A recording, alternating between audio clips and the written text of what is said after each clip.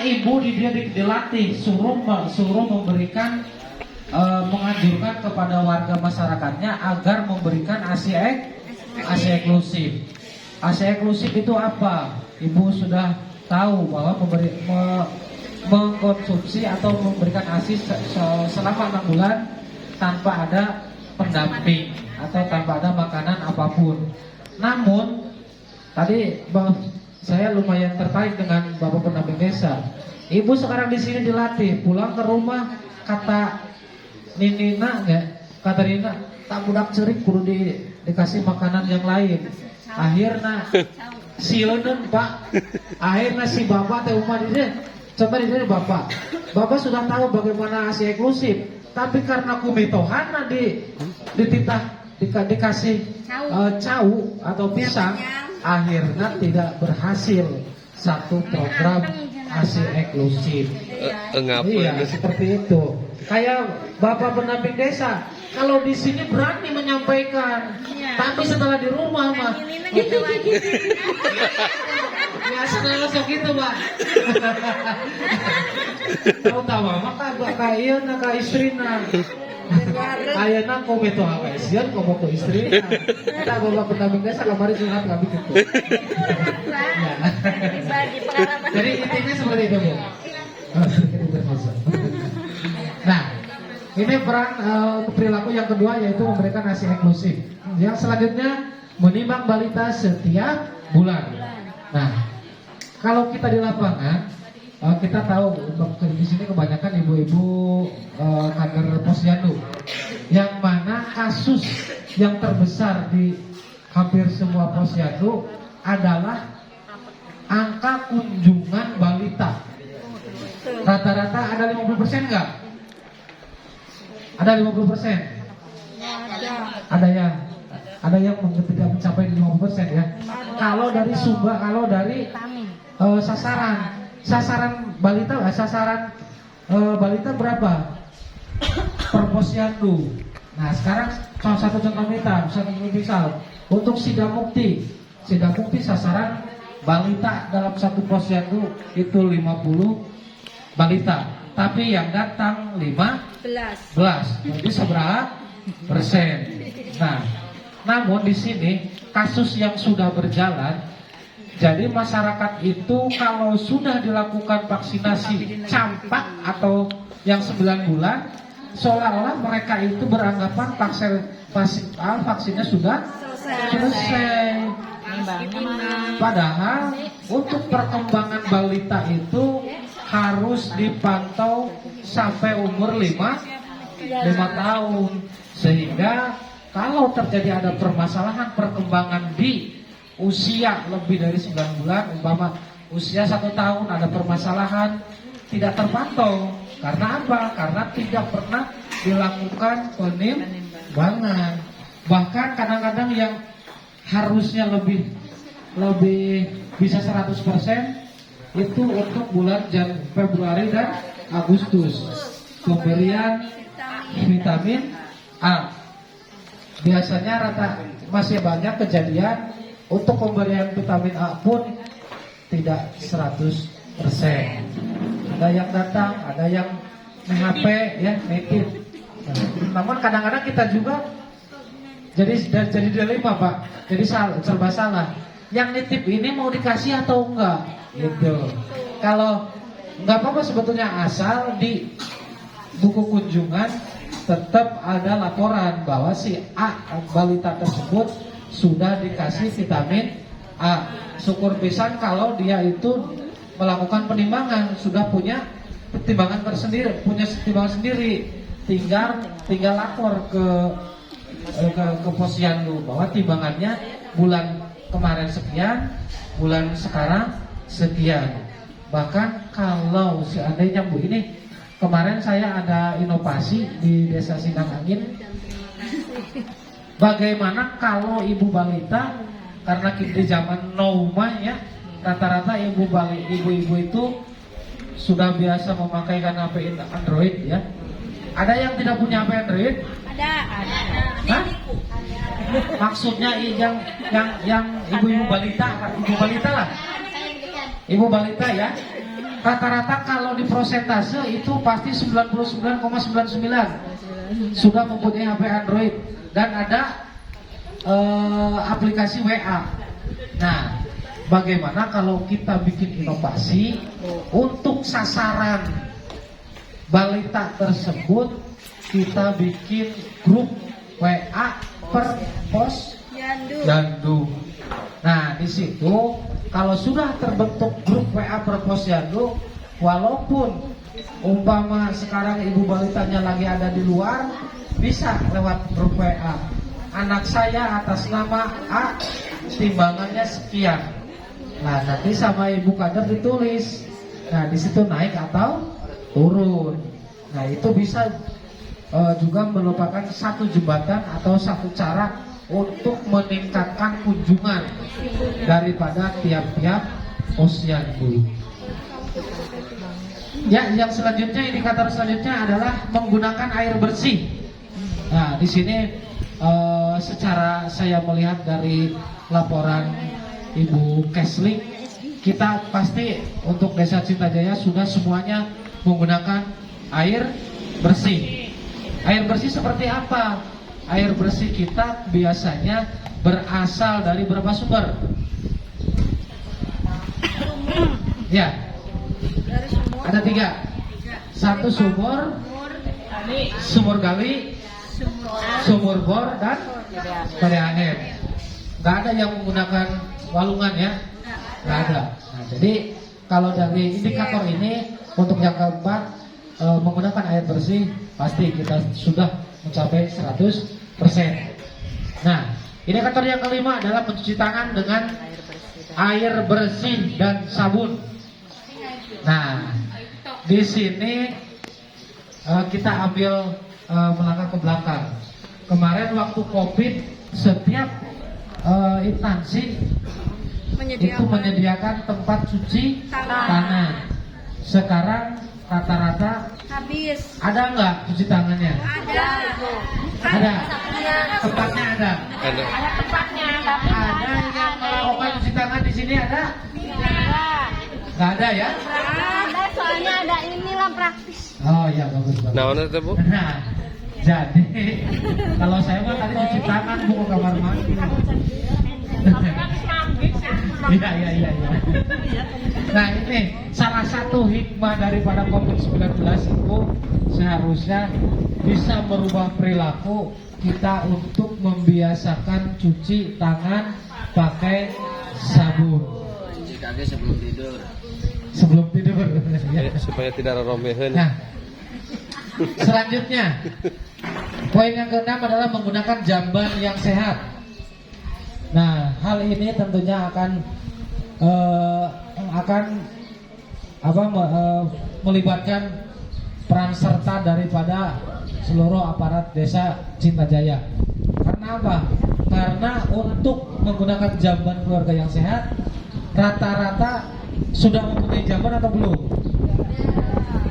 Ibu yang ada di sini mempunyai jamban semua? Ada di RT salah satu yang ibu tinggal, bapak tinggal di per RT ada yang tidak mempunyai jamban keluarga? Jambana di Sidaharja. Jamban Sidaharja. Ada ya. Nah, kalau lihat dari laporan untuk Cintajaya baru berapa persen untuk penggunaan jamban keluarga yang sehat. Nah, jamban keluarga yang sehat itu yang seperti apa? Karena kalau kadang-kadang banyak di lapangan Bu, banyak di masyarakat yang dia itu mempunyai jamban keluarga yang bagus, bukan sehat. Ini saya katakan bagus, tapi tidak sehat. Kok bisa? Nah, betul sekali. Kalau bagus ada, tapi tidak sehat karena pembuangannya ke balong atau ke kolam.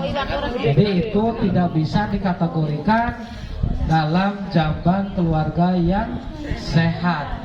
Nah, di sini tidak ada kriteria yang harus bagus, tapi jamban keluarga yang sehat. Kalau melihat daripada prinsip jamban keluarga yang sehat itu adalah hanya cukup 2 indikator. Yang pertama, aman. Aman dari apa? Aman dari yang menggunakan dan aman bagi lingkungan. Satu contoh misal, yang namanya jamban keluarga itu septic tanknya secara ketentuan itu harus berjarak berapa meter? 10 meter dari mana? Dari sumber air. Dari sumber air. Nah, bisi sumber air namun libur lain sumur. Jadi ketentuannya yang namanya septic tank itu harus berjarak minimal 10 meter dari sumber air. Nah, hal ini tentunya menjadi PR besar, apalagi masih banyak di masyarakat yang biasa BAB-nya di masih banyak paciringan. Ada nggak? Ada. Hah? Ada, Pak. Ada. Cing dusun Sidamukti. Pagolongan mana Pagolongan? Ayo Ibu. Bu, untuk Sidamukti kira-kira berapa jumlah paciringan? Apa enggak? Beca yang biasa modal di balong. Hah? Ada ya? Banyak? Ya. Lebih dari 2 banyak, Bu. Nah, ini hanya di Sidamukti. Untuk Pondok Kunyur lebih banyak atau lebih sedikit dari Sidamukti? Hah? Lebih banyak, kayak Pak. Lebih sedikit. Benar. Kali Citandul. Terus yang Nambo kan lebih sedikit ya, Nambo ya. Enggak ada. Hah? Udah dapat bantuan, Pak. Udah dibuang yang kakus-kakus yang di bawah. Oke, saya beberapa RT. Oke, nah itu adalah salah satu PR yang menjadi tugas daripada desa non Bu? Desa siaga. Nah, jadi nanti setelah terbentuk SK yang baru, nanti SK-nya saya nggak tahu Pak Guru mau disahkan sekarang atau tidak. Pak Gurunya mungkin nanti menyusul ya. Tapi pastikan dalam minggu depan itu sudah ada SK yang baru untuk kepengurusan desa siaga aktif yang baru. Nah, tugasnya itu tadi salah satunya adalah untuk merubah perilaku biar tidak buang air besar sembarangan atau di balong atau jamban keluarganya yang tadinya tidak sehat dirubah menjadi sehat. Terus kadang-kadang di masyarakat Pak daya bantuan, betul nggak? Dibantu atau kumaku pemerintah atau dibantu ku desa, setuju nggak? Lama dibantu? Hah? Yang nggak ada septic tanknya yang membangun itu. Udah. Wah, bagus itu berarti betul. Nanti kita akan di laporan pertama di tahun 2022 laporan pertama untuk kepengurusan desa siaga saya bisa melihat berapa persen masyarakat yang sudah mempunyai jamban keluarga dan menggunakan jamban keluarga tersebut. Karena apa? Karena kadang-kadang ada banyak masyarakat yang mempunyai jamban keluarga yang sehat tapi tidak menggunakan. Karena apa?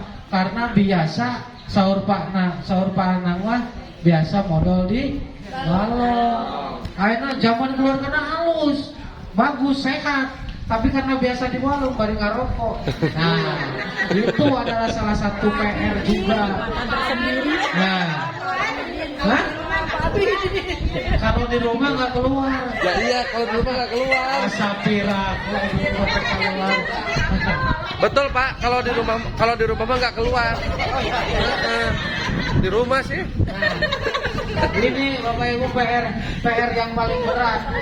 PR yang paling berat adalah menghilangkan image atau kebiasaan berperilaku lah sudah lamun di Jeroman bisa keluar jika gitunya. Padahal kalau kita membiasakan ya sedikit demi sedikit kita untuk berperilaku yang tadinya sok dibalok kita biasakan di zaman keluarga. Apalagi bagi ibu-ibu. Kalau bagi ibu-ibu itu kemarin dibahas oleh Bapak Kepala Desa. Bapak Kepala Desa Sindang Angin. Cing, coba kalau habis modal di balong kira-kira omeh redinya tuh. Tuh. Nah, terus dari lubangnya gitu yang ege. Mama naon, Bu? Hah? Pribadi. Randa kudu gitu. Betul, Bu.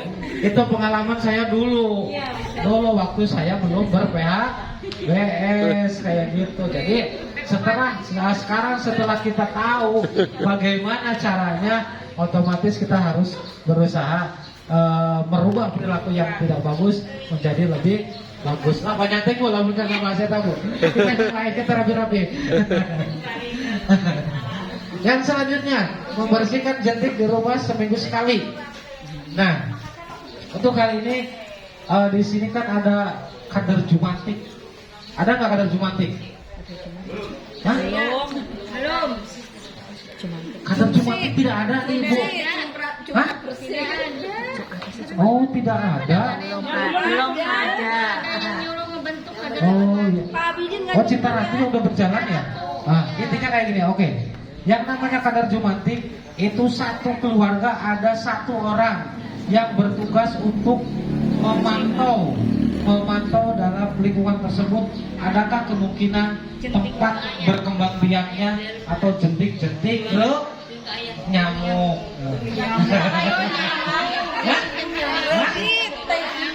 Ibunya, jadi kadernya ibunya mau mana? Nah, ibunya ya, setuju. Ya, ya, jadi ibunya. Nah, Bu, kadang-kadang kebanyakan sih kita rata-rata kalau di kamar mandi kita masing-masing sudah pakai ember ya, yang praktis. Masih ada yang bang yang besar? Yang bang kalian nggak ada ya? Nah, pakai ember. Namun jangan terlena dengan hal tersebut.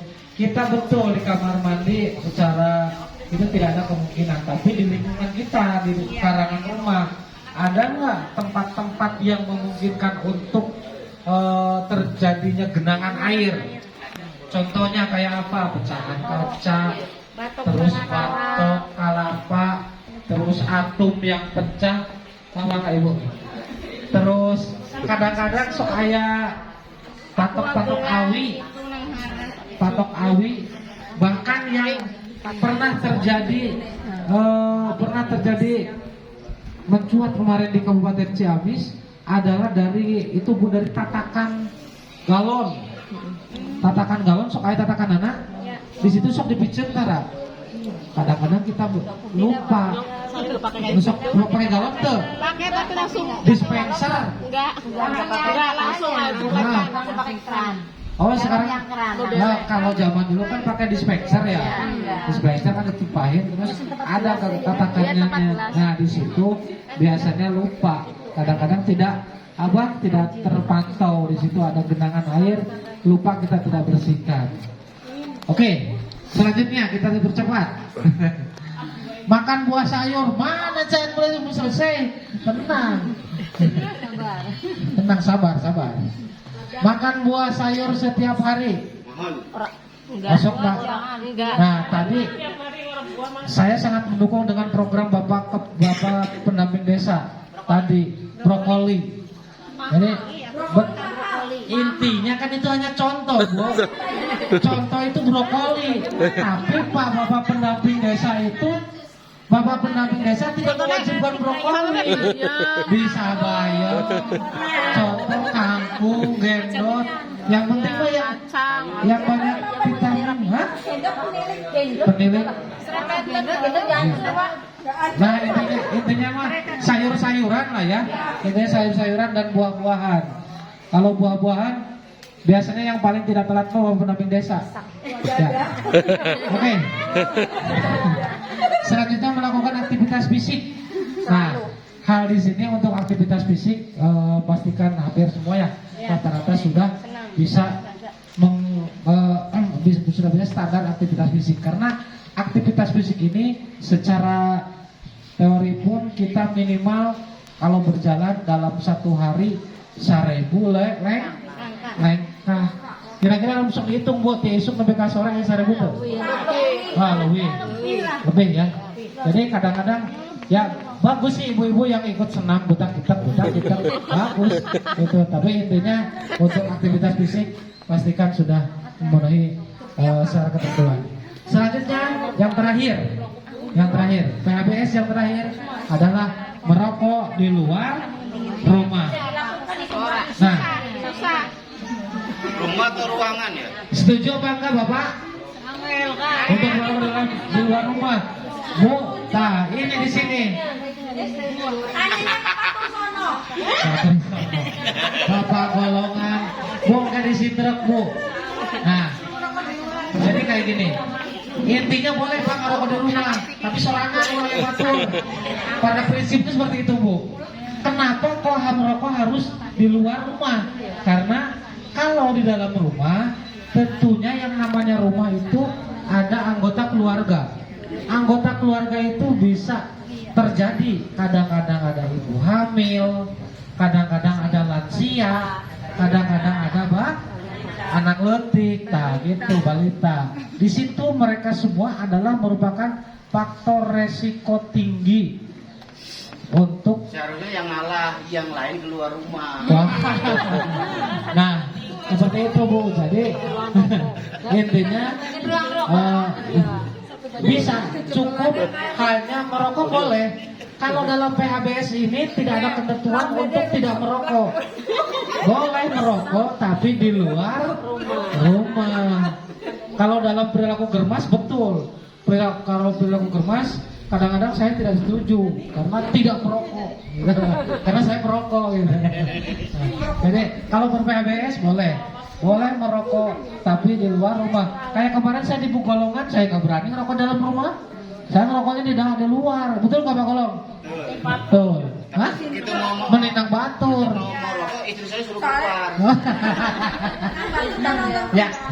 Nah itu Ibu. Untuk 10 indikator yang terakhir adalah perilaku tidak merokok.